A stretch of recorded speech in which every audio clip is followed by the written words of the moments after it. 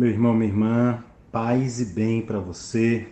Hoje, segunda-feira, 3 de agosto, estamos iniciando mais uma semana e queremos nesta manhã, nestes primeiros momentos deste dia, louvar a Deus por mais uma oportunidade de estarmos com vida, por estarmos preparados para superar as dificuldades deste dia e acolher as alegrias. Louvamos a Deus pelo dia, pelo ar que respiramos, pelos amigos que encontramos, por todas as oportunidades que Ele nos dá. Hoje é dia do tintureiro e também dia do capoeirista.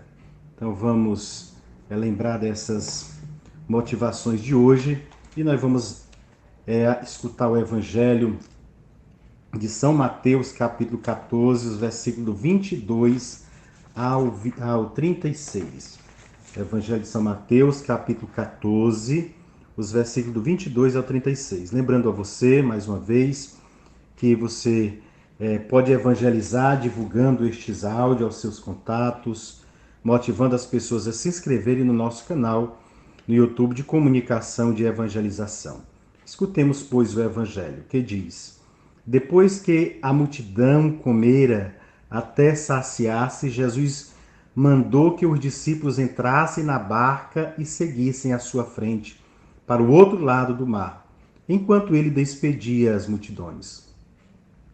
Depois de despedi-las, Jesus subiu ao monte para orar a sós. A noite chegou e Jesus continuava ali sozinho. A barca, porém, já longe da terra, era agitada pelas ondas, pois o vento era contrário. Pelas 3 horas da manhã, Jesus veio até os discípulos, andando sobre o mar. Quando os discípulos o avistaram andando sobre o mar, ficaram apavorados e disseram: É um fantasma! E gritaram de medo. Jesus, porém, logo lhes disse: Coragem, sou eu, não tenhais medo. Então Pedro lhe disse: Senhor, se és tu, manda-me ir ao teu encontro caminhando sobre a água. E Jesus respondeu: Vem. Pedro desceu da barca e começou a andar sobre a água em direção a Jesus. Mas sentiu o vento e ficou com medo. E começou a afundar e gritou: Senhor, salva-me. Jesus logo estendeu a mão, segurou Pedro e disse: Homem fraco na fé, por que duvidastes? Assim que subiram na barca, o vento se acalmou. Os que estavam na barca prostraram-se diante dele, dizendo: Verdadeiramente tu és o Filho de Deus. Após a travessia, desembarcaram em Genezaré. Os habitantes daquele lugar reconheceram Jesus e espalharam a notícia por toda a região. Então levaram a ele todos os doentes e pediu que lhes pudesse ao menos tocar a barra de suas vestes. E todos que a tocaram ficaram curados. Palavra da salvação, glória a vós, Senhor. Muito bem, o caminho progressivo, típico do discípulo, vai da incredulidade à dúvida e da dúvida à fé. Em Nazaré, como vimos ontem, se fez um caminho regressivo, do maravilhosamente à dúvida e da dúvida à incredulidade.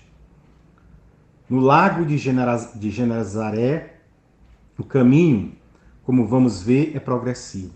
Vai do apavoramento à coragem da fé, testada sem dúvida, pela dúvida e pela queda, que na esperança de salvação chega à plenitude. A dúvida está a meio caminho entre a incredulidade e a fé. Dela ninguém escapou, da dúvida. Uma vez consciente e adulta, exige que aquele que não crê duvide do seu não crer, e que aquele que crê duvide do seu crer. Só assim a incredulidade é racional e a fé é razoável. Todo dogmatismo cego impede o necessário e saudável caminho que vai da razão à fé e da fé à razão, para prejuízo da verdade, que é a pretensão de ambas. Os discípulos estão sozinhos no barco, suspenso entre o céu e a terra. distante de um lado da terra e do outro lado da terra, no olho do abismo, remando entre as ondas do mar. Depois do corpo dado por nós, na multiplicação que aponta para a Eucaristia, Jesus está ausente. É noite, o vento contrário.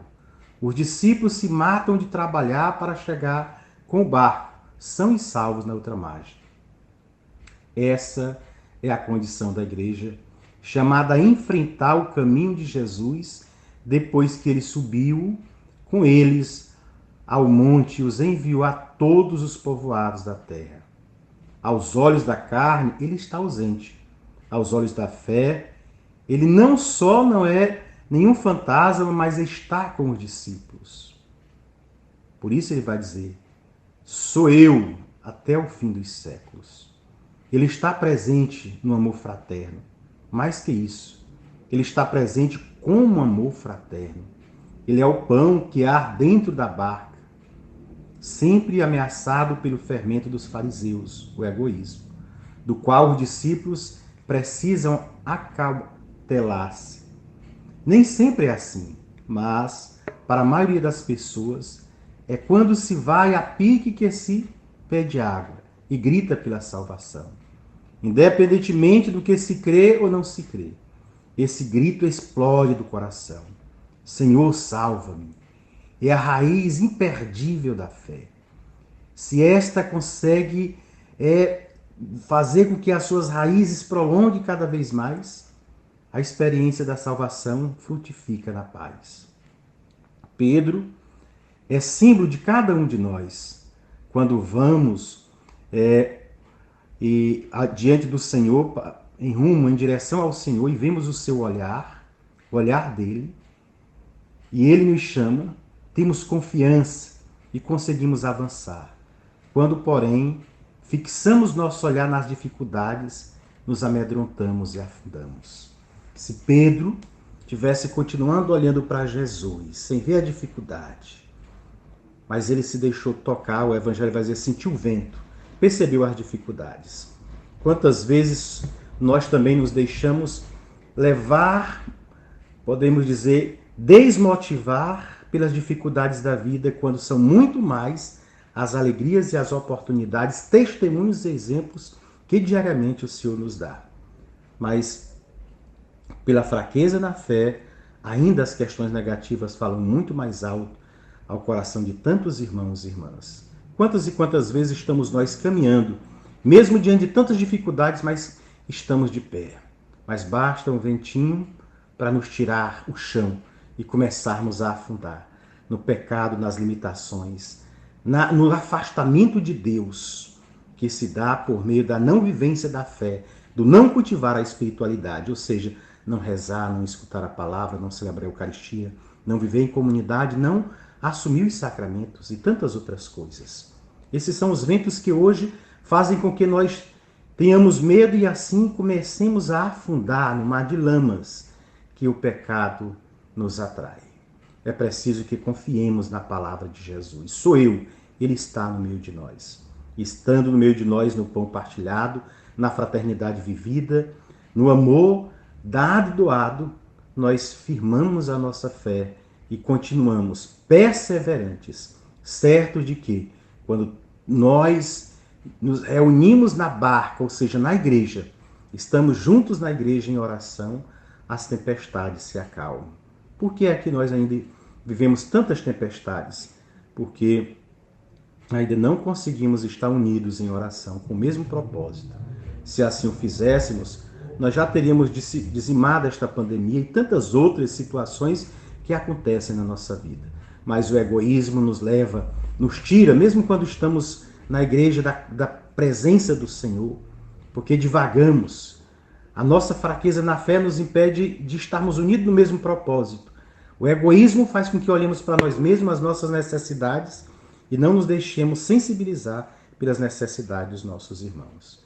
Neste mês vocacional, que nós iniciamos no sábado, esse mês de agosto, rezamos esta semana pelas vocações ordenadas, estes homens, diáconos, padres e bispos que nos ajudem a olhar sempre para Deus. e olhando para Deus, não nos deixarmos abater pelas dificuldades da vida. Ser Ele, o Deus, a nossa meta, chegar até Ele e somos motivados pelo seu olhar. Que assim então, vivendo desta forma, nós testemunhemos a nossa fé dia após dia e sejamos capazes de superar as dificuldades e motivar a outros a também fazerem a mesma coisa. Muito bem, eu convido a você, meu irmão, hoje às 19h30, a estar sintonizados conosco neste canal de comunicação para a nossa live vocacional.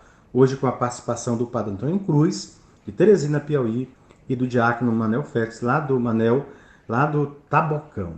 Participe conosco deste momento. O que são essas vocações ordenadas? Para que elas servem na igreja?